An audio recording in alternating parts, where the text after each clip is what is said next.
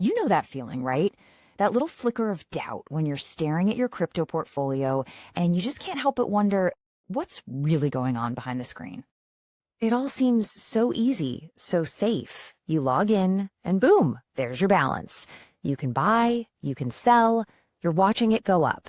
It feels exactly like your online bank account. Simple. But then comes that moment. You need to actually move your funds. So you hit that withdraw button thinking, no problem, this will be instant. But it's not. Instead, you're just waiting. And just like that cozy, secure feeling, it starts to crumble. And that's when the real question hits you. I mean, sure, you can see it, you can even trade it, but do you really, truly control it?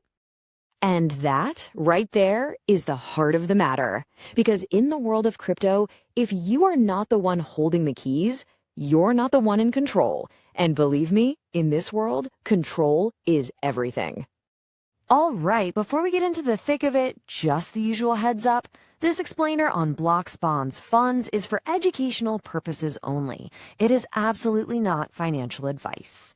Okay, with that out of the way, let's dive in. So let's talk about that number. You know, the one on your screen that feels so real, the one that makes you feel like you own all that crypto. What is it really? This is where it gets really interesting because it's a lot like old school banking. When you put money in a bank, those specific dollar bills aren't yours anymore. The bank owns them, and what you own is a promise from the bank, an IOU. Well, it turns out centralized crypto exchanges often work the exact same way. That balance you see, it's not your crypto. It's a record that the exchange owes you that crypto. So come on, let's pull back the curtain and see what's actually happening with your assets on these exchanges.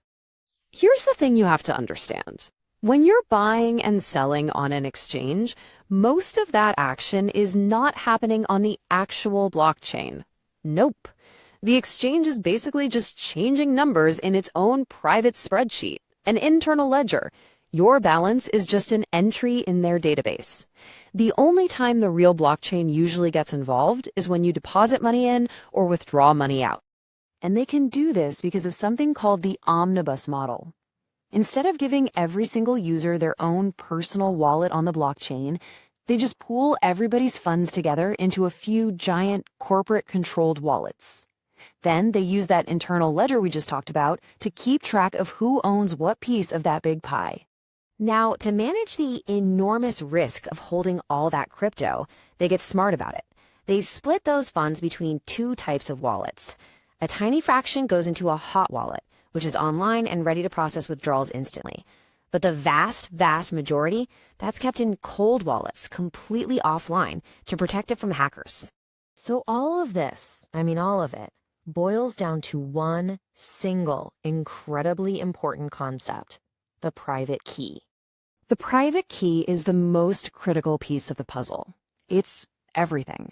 It's the key to the vault, your signature, your ID, all rolled into one secret code. Whoever has the private key for a wallet has total and complete authority to move the crypto inside it. The blockchain doesn't care who you are. It only cares if you have the right key. So what does that mean? It means having the private keys is the only way to have real technical control over the assets. And in the decentralized world of blockchain, that kind of control is ownership, plain and simple. This is exactly why you always hear that phrase, not your keys, not your coins. It's not just a catchy slogan, it's the fundamental truth of the system. So this whole idea, it forces you to make a choice. It creates two very different ways you can manage your crypto. You've got two main paths you can go down. On one hand, you've got custodial solutions, like an exchange. That's where you trust someone else to hold your keys for you. It's super convenient. On the other hand, you have self-custody, where you and only you are responsible for your keys. This gives you absolute control, but also absolute responsibility.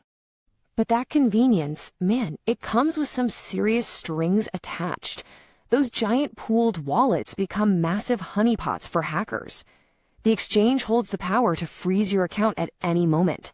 And here's the scariest part. If the exchange goes bankrupt, you're often considered an unsecured creditor, which means you just get in line with everyone else and hope to get pennies on the dollar. Now, exchanges aren't blind to these fears. To try and build some trust, many of them do what's called a proof of reserves. It's basically an audit where they try to prove to you and to the world that they actually have the assets to back up all the customer deposits they claim to hold. And the way they do it is actually pretty clever. They use this cryptographic trick called a Merkle tree. It takes all the user balances, makes them anonymous, and crunches them down into a single unique digital fingerprint, or a hash. This lets you personally check that your balance was included in their total count, all without revealing anyone's private data. But, and this is a huge but, proof of reserves is not a full financial audit. It's a snapshot in time that shows assets, but it doesn't show a company's debts or liabilities. An exchange could just borrow a bunch of crypto right before the audit to make their books look good. It tells you nothing about their overall financial health or their internal security. So remember, proof is not the same thing as control. Which, brings us right back to where we started. When your crypto is sitting on an exchange, who really owns it? And the answer, when you boil it all down, is in the keys. Having a balance on an exchange gives you access, but it's a permission slip. Someone else can take that access away. True sovereign ownership, the kind that can't be censored or frozen, that only comes from one thing: controlling your own private keys. Because access isn't ownership.